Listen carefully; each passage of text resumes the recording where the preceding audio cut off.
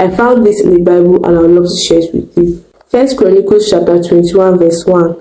And Satan stood up against Israel and provoked David to number Israel. Child of God, look, there are some decisions you are going to take about money, about power, about position, about wealth, about a lot of things in this life. And some of them may not be led by the Spirit, but they'll be born out of the provocation of the enemy, of Satan, because look, he was thrown away from God's plan and divine ordination ever since creation, and he's in enmity with us. So, do you think he'll just sit down and fold his arms and just watch you prosper, go to work, find a job, take decisions, run smoothly? No, he will not. Whatever it takes him to keep on fighting you, to make sure he pushes you out, or out of the will of God, out of the purpose of God, out of the plan of God, like there he will do it. And that's where discernment comes in. Because there are some decisions you take, you'll be thinking you are doing it, you'll be thinking you are doing well, not knowing that it's the devil provoking.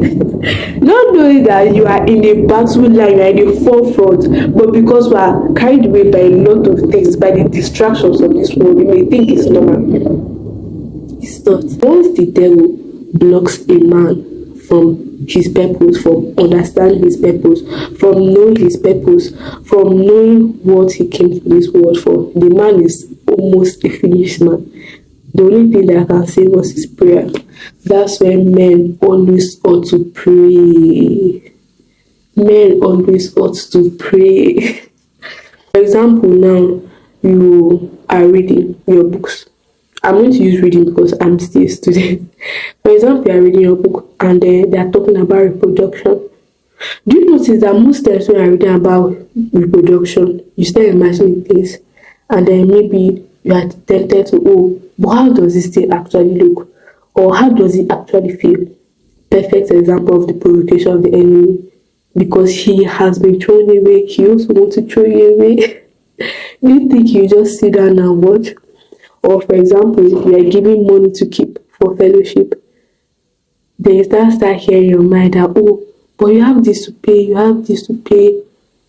Why not just use this amount and let nobody know about it? The provocation of the enemy, it comes subtle sometimes. We need to pray to God for the spirit of discernment. We need to pray. We need to pray. If you don't pray, Satan will make mess of you. Anyways,